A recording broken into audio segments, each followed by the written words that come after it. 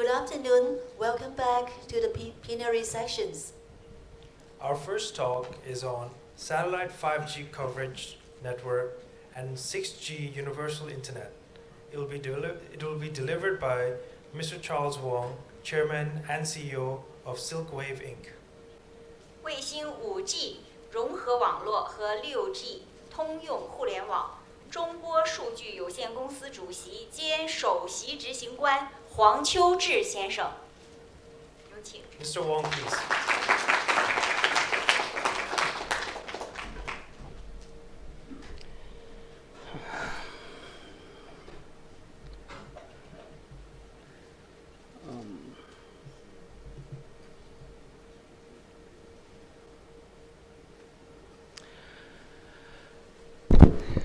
Good afternoon. In the entire mobile industry, for its evolution from 2G to 5G, we all understand 2G was for the mobile voice communication. 3G will be the data and broadband.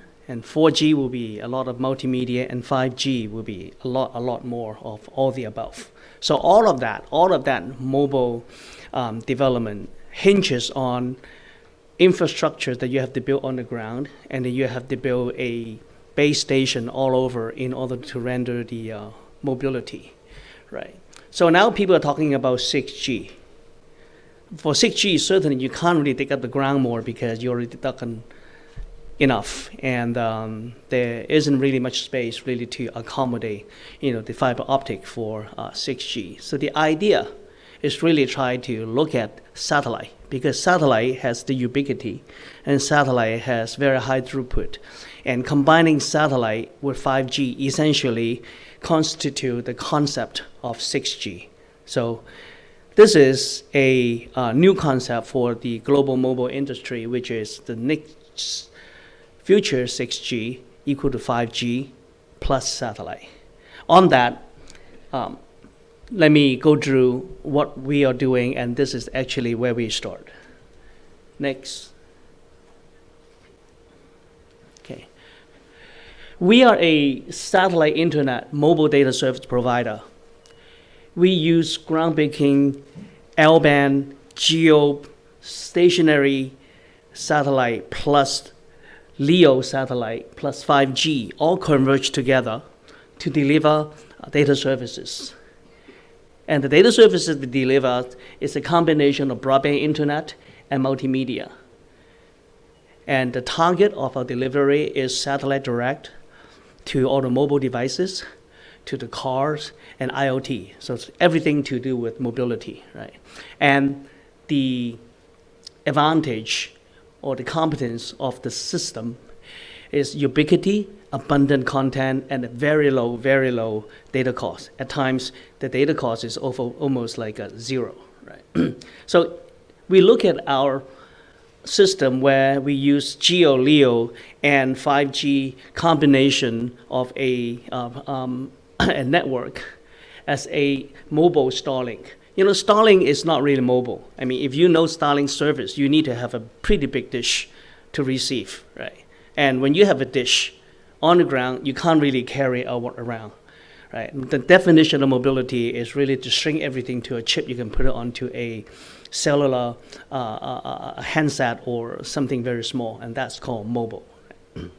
Next. And the core competence of us, or actually the core asset we have to render the mobility, is the spectrum. You need to have mobile spectrum in order to have mobile services that apply to 3G, 4G, 5G, and apply to satellite. And the only suitable kind of mobile spectrum for satellite, for mobility, is two kinds. One is L-band, one is S-band, right? And the frequency essentially govern the mobility from satellite all the way traveling to devices on the ground. This is just a matter of physics. You can't really use any other frequency. So L-band or S-band are the mobile frequencies. So we are very lucky. A long time ago, we purchased satellite from the American company, and we inherited 40 megahertz of L-band, which covers the entire Asia, meaning China, Southeast Asia, and India, Pakistan, and half of the Middle East. Right. Next. So with this L-band capability, we have developed the geostationary L-band broadcasting satellite, which is a satellite that is 35,000 kilometers away from the Earth, and it can deliver very high throughput data directly to mobile devices because of the L-band, right? So we use the geostationary satellite to develop and also to deliver infotainment, the common and popular infotainment or multimedia data services that everybody would like to. At the same time, we use the same L-band, partition it, and develop the LEO satellite. So the LEO satellite is actually a two-way communication satellite. Essentially, it is a 5G in the sky. So as you see, the combination, we have a geo broadcasting plus a LEO two-way interactive broadband communication. And all of that actually can be delivered to a handset or to a car box or something very small, which is the mobile devices.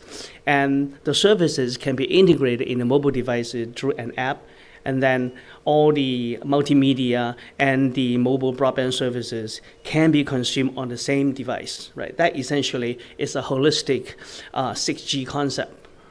When we talk about 6G, not only it has to be ubiquitous, meaning anytime, anywhere you can receive it, but you also talk about abundant data delivery at very low cost. Otherwise, it's not universal. So the 6G concept is really a universal mobile connectivity or mobile platform.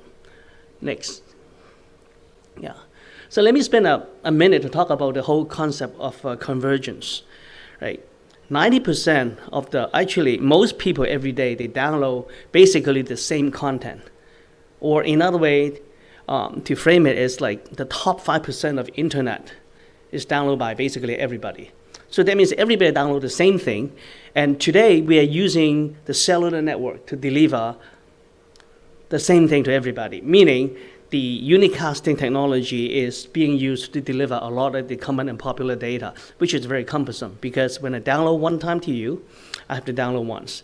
If I download to a second person, I download second time. When you have 100 person, I literally have to repeat the process for 100. That's why our mobile network is always congested, because it's like the point-to-point delivery, what we call the unicasting delivery, which is not very conducive to delivering the common and popular content, because when you have 1 million people want to see the same thing, you literally have to download 1 million times a movie, which will blow out any network we have.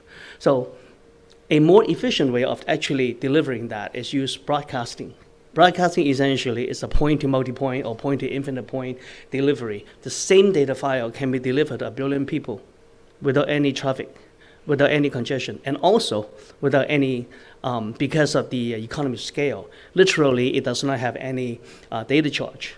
So given the pattern, given the internet behavior of people, it's much more efficient to use broadcasting to deliver mass market common popular data.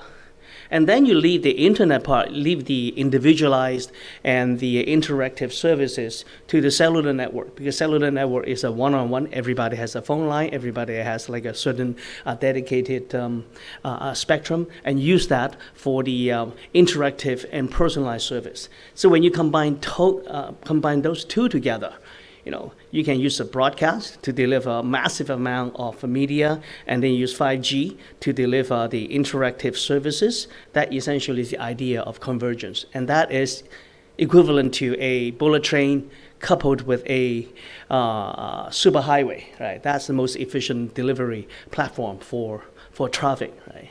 And then on the 5G part, if we actually build a LEO satellite, a low orbit satellite, that is also performing just like 5G in the sky. Essentially, we have a 5G in the sky. So the complete architecture for a 6G, and in our perspective, is a high orbit satellite which can deliver massive amount of mobile infotainment data or multimedia data, coupled with an LEO satellite which can deliver 5G services, broadband services anytime, anywhere, and all of that integrate with the existing 5G in your handphone. So if you have all these services in your handphone, essentially your handphone is a 6G handphone. Next, yeah.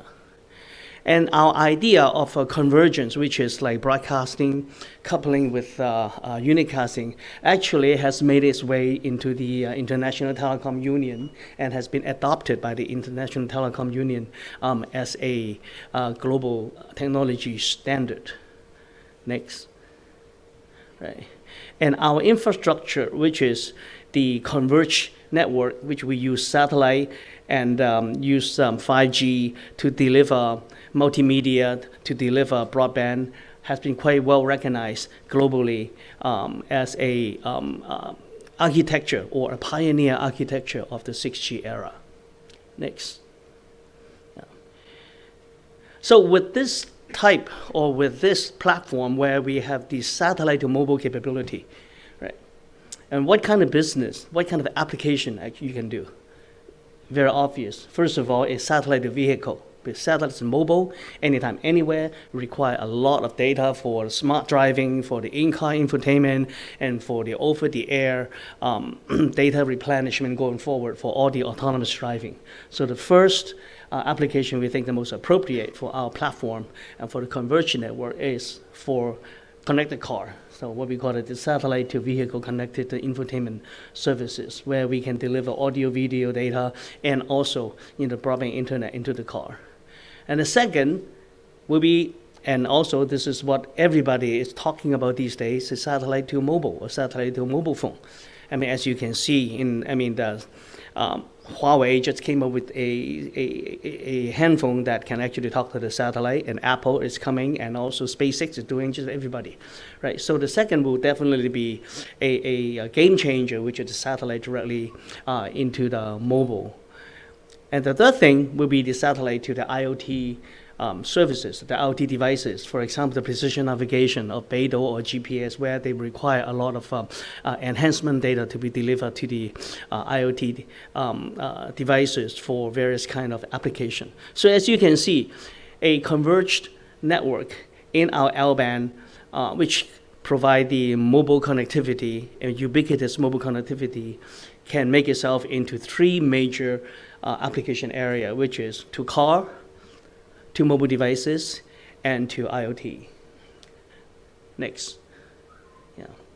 And let me spend a minute to talk about the satellite to car, which is actually something we have done quite for a long time in China. Essentially, we use the same the satellite system to provide infotainment to vehicle. Vehicle is highly mobile. Vehicle is everywhere, and vehicle would take probably hundreds of gigabits of data every day. So the question comes, one, do you really have a network that can really cover all the vehicles all around, let's say, China, if not Asia?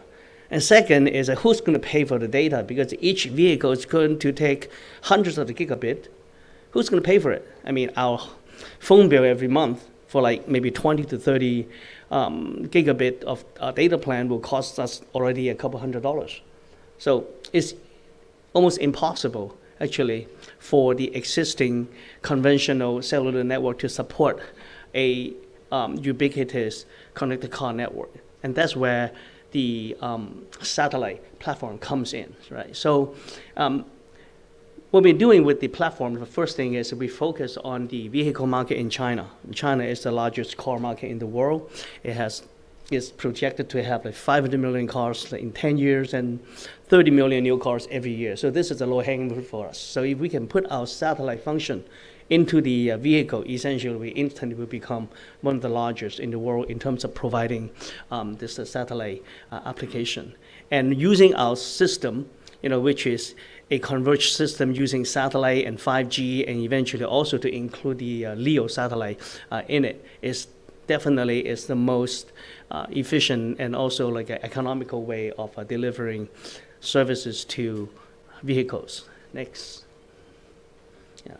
So in China, we actually have labored ourselves for like several years, and we have completed the ecosystem development.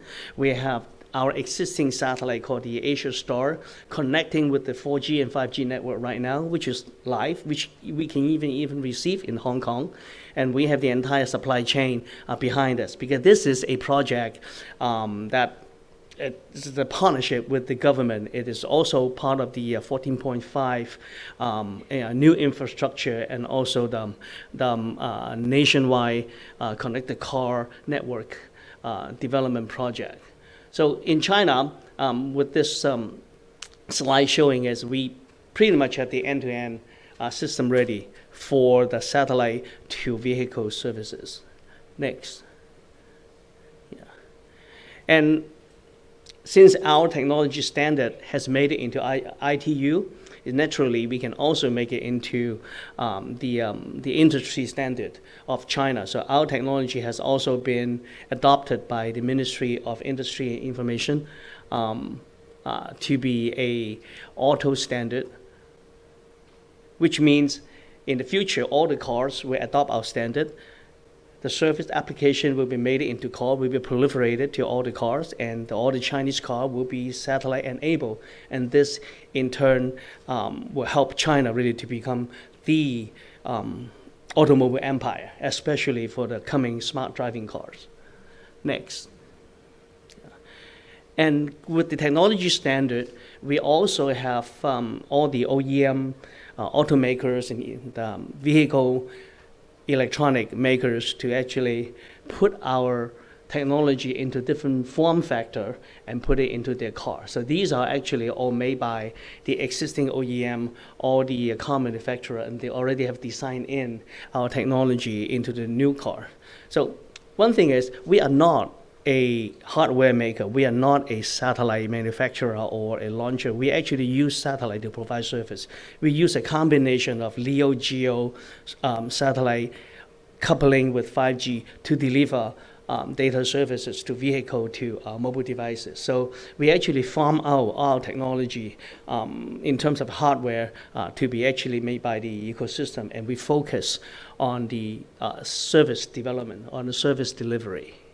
Next. Yeah. And we have also developed a vast amount of programming in partnership with the government to provide for the vehicle infotainment, and the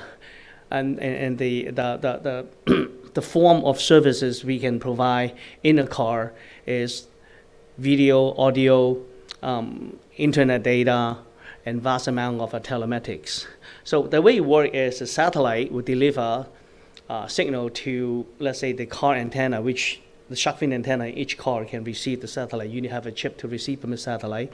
And then once it's received, everything is like channeled into a chipset, which is already embedded in your AV system in the car, which in turn will use the Wi-Fi to retransmit the services to all the devices. So all the devices, all you need just to have an app, and then you can access virtually unlimited amount of services, which is data free, which is like every time, which is like anytime, anywhere. Next. Yeah. And like I said, we are a service provider. We are not really a hardware provider. So we farm out all the essential strategic services to everybody else. I mean, we will have Boeing to design the satellite, SpaceX to launch the satellite, and Intelsat to actually to fly the TT&C to manage the satellite in the orbit, and then we will have content provider who actually will provide the content for us, and we just focus on maintaining the satellite system, the network delivery, and use the app to actually to communicate with the customer. So we are a service provider, no different from, let's say, a cable operator, right? When the cable infrastructure probably will be built by someone else, the programming will be supplied by someone else, and we are just the operator of the service. And this is actually much more efficient for us because we cannot possibly do everything. So we put together an ecosystem that the ecosystem has a support for us, and which allow us to actually focus on the delivery of the service. Next. Yeah. So with the ecosystem, with the partnership and everything, we have completed a nationwide technical trial employing 400 concept cars and traveling around China for over 1 million kilometers. And through that process, we essentially tested all the network technology and all the services and all the viability and feasibility, whatever you can think of. And that will be a process for us really to get the licenses to operate it as a connected car network commercially going forward. Next. Yeah. And the business model is very simple because we put a gadget into each car. So when the car is sold, when the car or when the car owner wants to turn on the service, we will probably charge a activation fee. No. And the activation fee may be a couple $100 or whatever. I mean, comparing to the car price, this is so insignificant, so we think everybody will pay for it. And then once the services are in motion, you can either pay subscription every month, or you don't pay anything and just like basically watch all the advertising. So this is not that different from the online mobile media today in the social media and also in many of the media websites. So the activation fee, the subscription, and the advertising are going to be the main business model for us. Next. And this is a comparison to a very similar company called the SiriusXM in the United States. SiriusXM is a satellite connected car audio service provider. So they use a similar kind of satellite, but they only provide audio, meaning radio services. They don't provide multimedia, they don't provide internet and everything. And and their business model essentially is a monthly subscription model, and of course the service they have is all kind of audio services, whether it's a talk show, whether it's music or whatever, is certainly prolific, right? And for us, we are more than just simply a satellite service. So we have satellite plus the 5G, and later on plus the LEO two-way communication. So we have fully interactive satellite 5G combined broadband services. And our capability will be providing video, audio, and data instead of just audio. So when you have video, audio, and data, essentially it's about everything, and that is the digital, right? And we also will be actually engaging in the monthly subscription model, but because of the scale in China is so much bigger, so I think we can really get away with just charging much, much less and to make it as a universal 6G service for all the cars going forward. Next. Yeah. So if we can put our technology into the vehicle, we can also put our technology into the cell phone, because they're all mobile.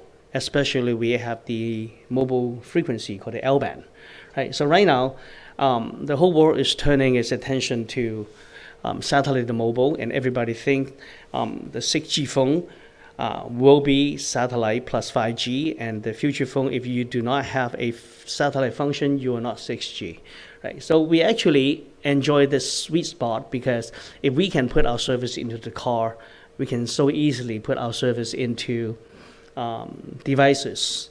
And there are two kinds of devices that can receive direct from satellite. One is you might have to do something about the chipset of the devices. And then the other kind is actually you don't even need to do anything, such as like AST-SciENCE, for example, which is a company in the United States. They develop very big antenna. They use satellite to directly to provide service to any handset, whether it's a 3G phone, 4G phone, 5G phone. All you need just to have an app, and you can communicate with satellite. So this is really leapfrogging in terms of satellite, right? But in any case, so we see the trend of satellite going to mobile will definitely be the 6G feature that everybody wants. And also from a operator standpoint, it's one more reason for them to actually to buy a new phone. I mean, imagine they say, this is a phone that can receive satellite, it costs you a couple $1,000s more. I'm sure many people will pay for it, right? So this is the big commercial phenomenon.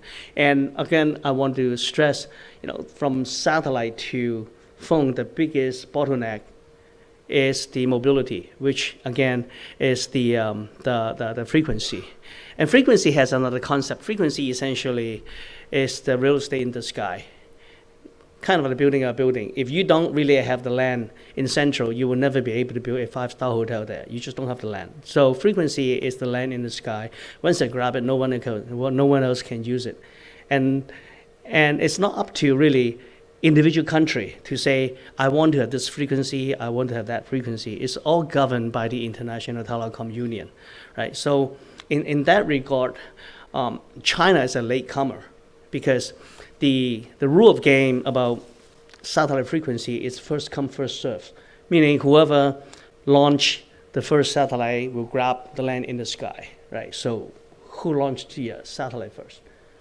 The Russian, and then American, European, Middle East, just about everybody else in the world. And China did not even become a member of the United Nations until the 70s.